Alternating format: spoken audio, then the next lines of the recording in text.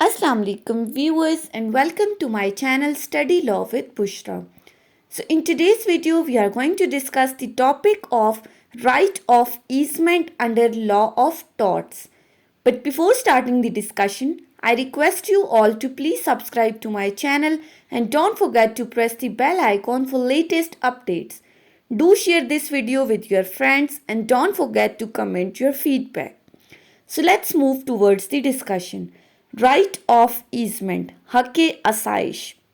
अब ईजमेंट है क्या? The person having right to enjoy his property over the land of another person for specific purposes. आप अपने किसी स्पेसिफिक पर्पस के लिए अपनी लैंड की बाउंड्रीज में रहते हुए किसी दूसरे की प्रॉपर्टी से फायदा उठा रहे हैं, तो उसको हम क्या कहेंगे कि ये ईजमेंट राइट है। यानी कि सिंपली हम क्या कह सकते हैं, किसी और की प्रॉपर्टी से जब आप फायदा उठाते हैं जो कि आपका हक बन चुका होता है, तो उसको हम क्या कहते हैं, राइट ऑफ ईजमेंट, हक आसाइश, जो आप अपने बेनिफिट के लिए यूज कर रहे हो, अपने फायदे के लिए कर रहे हो, तो उसको हम क्या कहेंगे कि राइट ऑफ ईजमेंट एक्वायर किया है। Simply the right of owner of the property to enjoy his property with the help of another person's property। किसी दूसरे की प्रॉपर्टी से, किसी दूसरे बंदे की प्रॉपर्टी से मदद लेते हुए जब आप अपनी प्रॉपर्टी पर अपना कोई राइट इंजॉय कर रहे हो, तो उसको हम कहते हैं राइट ऑफ ईजमेंट। अब इस राइट ऑफ ईजमेंट में हमारे पास डिफरेंट काइंड्स ऑफ राइट आते हैं। For example right of water, right of light, free access to air, sport, accommodation, prospect, right of privacy, ये डिफरेंट राइट्स हमारे पास राइट ऑफ ईजमेंट में दिए गए हैं। अब अगर हम राइट ऑफ ईजमेंट का लिटरल मीनिंग देखें तो इसको हम कहते हैं द एक्ट ऑफ ईजिंग। नाम से ही जाहिर है कि आप अपने आप को ईज कर रहे हो, अपने लिए आसानी पैदा कर रहे हो, अपने लिए कंफर्ट देख रहे हो, अपना फ़ायदा देख रहे हो, या फिर हम कह सकते हैं कंडीशन ऑफ बीइंग ईज्ड। खुद को आप ईज प्रोवाइड कर रहे हो, आसानियाँ दे रहे हो, अपने लिए आसानियाँ पैदा कर रहे हो, अपने लिए फ़ायदा हासिल कर रहे हो, फ़ायदा एक्वायर कर रहे हो, तो इसको हम कहते हैं राइट ऑफ ईजमेंट।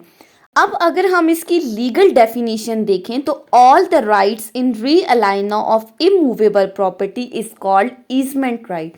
अब यहाँ पे जो वर्ड रीअलाइना है, इसका मतलब क्या है कि वो चीज़ जो किसी बेनिफिट के लिए हो, जो किसी फ़ायदे के लिए हो। तो अगर हम इस होल डेफिनेशन को देखें तो वो तमाम राइट्स जो आपके बेनिफिट के लिए यूज़ हो रहे हैं, जो आपके फ़ायदे के लिए यूज़ हो रहे हैं किसी भी इमूवेबल प्रॉपर्टी पर, उसको हम कहते हैं ईजमेंट राइट्स। इसके बाद राइट ऑफ ईजमेंट एक्वायर करने के लिए डिफरेंट एसेंशियल्स का होना ज़रूरी है। अब वो एसेंशियल्स कौन कौन से हैं? हमारे पास 4 मेन एलिमेंट्स हैं। फर्स्ट आता है हमारे पास dominant and servient heritage, number 2 separate owners, number 3 beneficial enjoyment of the property and number 4 positive और नेगेटिव। इन तमाम एसेंशियल्स को हम वन बाय वन डिस्कस करेंगे। अगर ये तमाम एसेंशियल एलिमेंट्स मौजूद होंगे तभी एक बंदे को ईजमेंट का राइट मिल सकता है। पहला एसेंशियल क्या है? डोमिनेंट एंड सर्विएंट हेरिटेज, यानी कि राइट ऑफ ईजमेंट को इंजॉय करने के लिए 2 प्रॉपर्टीज का होना लाजमी है। यानी कि कैसे हम कह सकते हैं कि एक बंदा अपना राइट इंजॉय कर रहा है किसी दूसरे की प्रॉपर्टी को यूज़ करते हुए, किसी दूसरे की प्रॉपर्टी की हेल्प से जब एक बंदा अपनी प्रॉपर्टी पर कोई राइट इंजॉय कर रहा है, तो उसको हम कहते हैं right of easement. So for enjoying the right of easement the existence of 2 separate properties is essential। Second आता है हमारे पास सेपरेट ऑनर्स। अब हमने सेपरेट प्रॉपर्टीज़ की बात तो कर दी कि 2 प्रॉपर्टीज़ का होना लाजमी है। सेकंड बात क्या है? अब उन्हीं 2 प्रॉपर्टीज़ के जो ऑनर्स हैं वो भी सेपरेट होने चाहिए। यानी कि 2 प्रॉपर्टीज़ हैं तो 2 ऑनर्स होने चाहिए। अगर दोनों प्रॉपर्टीज़ के ऑनर सेम है, यानी एक ही बंदा दोनों प्रॉपर्टीज़ को ऑन कर रहा है, तो उस सूरत में ईजमेंट का राइट नहीं होगा, वहाँ पर राइट ऑफ ईजमेंट नहीं कहा जाएगा। थर्ड एलिमेंट क्या है? Beneficial enjoyment of property. अब ईजमेंट का राइट हम एक्वायर क्यों करते हैं? ताकि हम अपनी प्रॉपर्टी पर अपने राइट्स की इंजॉयमेंट कर सकें। सो यहाँ पर क्या होता है कि डोमिनेंट ऑनर कौन है? जो कि किसी दूसरे की प्रॉपर्टी से बेनिफिट ले रहा है, और इसके ऑपोजिट में एक सर्विएंट ऑनर होता है जो कि अपनी प्रॉपर्टी से किसी दूसरे को फायदा दे रहा होता है। तो इस थर्ड एसेंशियल में क्या बात हुई है कि डोमिनेंट ऑनर जो है वो बेनिफिट्स इंजॉय कर रहा है, बोथ एक्सप्रेसली एंड इम्प्लाइडली। वो अपनी प्रॉपर्टी पर दूसरे की प्रॉपर्टी से फायदा लेते हुए राइट्स को इंजॉय कर रहा है। फोर्थ आता है हमारे पास पॉजिटिव और नेगेटिव। ईजमेंट हमारे पास पॉजिटिव भी हो सकती है और नेगेटिव भी हो सकती है। अब पॉजिटिव ईजमेंट क्या है कि डोमिनेंट ऑनर कोई ऐसा एक्ट परफॉर्म कर रहा है जिससे वो सर्विएंट ऑनर की लैंड से कोई ना कोई बेनिफिट हासिल कर रहा है, कोई ऐसा काम कर रहा है जिससे खुद को फायदा मिल रहा है, जिससे वो अपना राइट इंजॉय कर रहा है। जबकि नेगेटिव ईजमेंट क्या है? एक्ट ऑफ प्रिवेंशन को डिनोट करता है नेगेटिव ईजमेंट।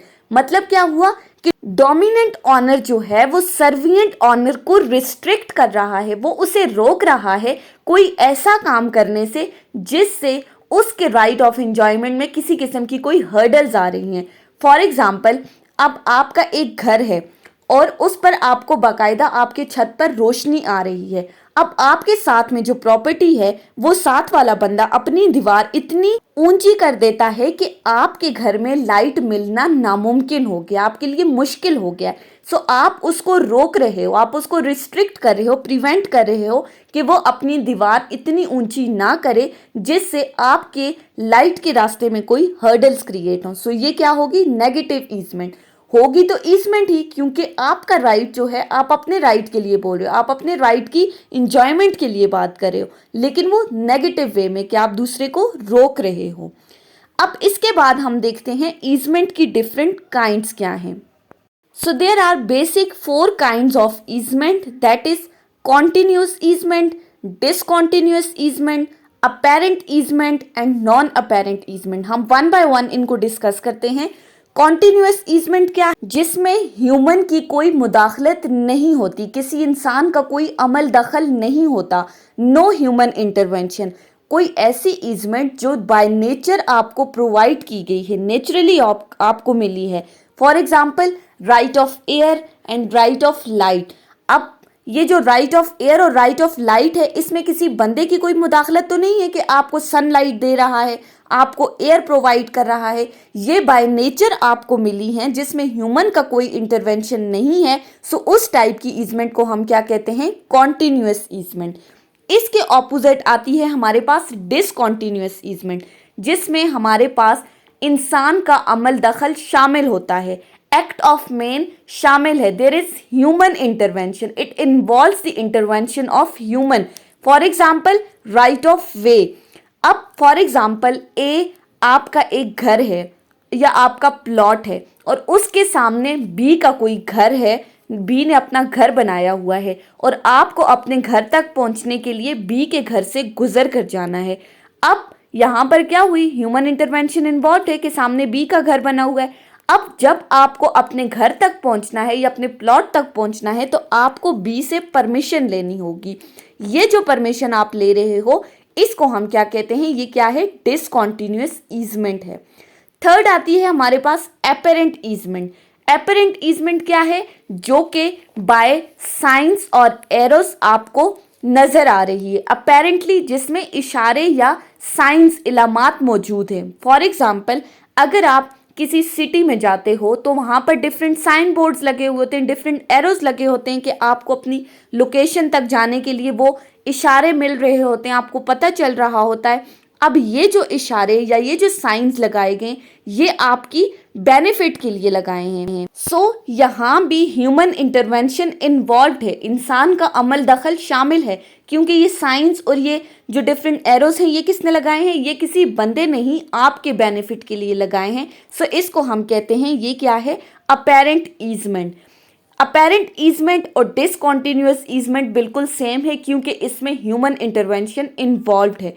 जबकि फोर्थ जो काइंड है हमारे पास नॉन अपेरेंट ईजमेंट में क्या होता है? There is no external signs और एरोज।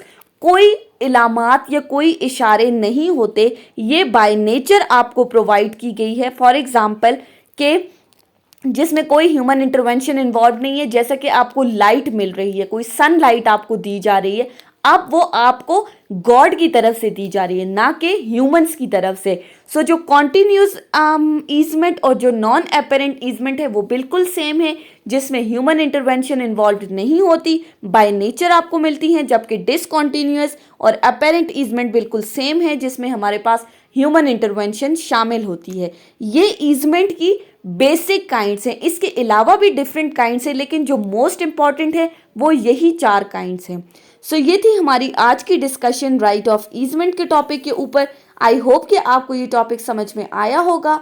अगर आपको ये वीडियो अच्छी लगी है तो इस वीडियो को लाइक करें, कमेंट करें, चैनल को सब्सक्राइब करना ना भूलें। और अगर इस टॉपिक से रिलेटेड किसी भी किस्म की कोई कन्फ्यूजन है तो आप कमेंट्स में मुझसे पूछ सकते हैं।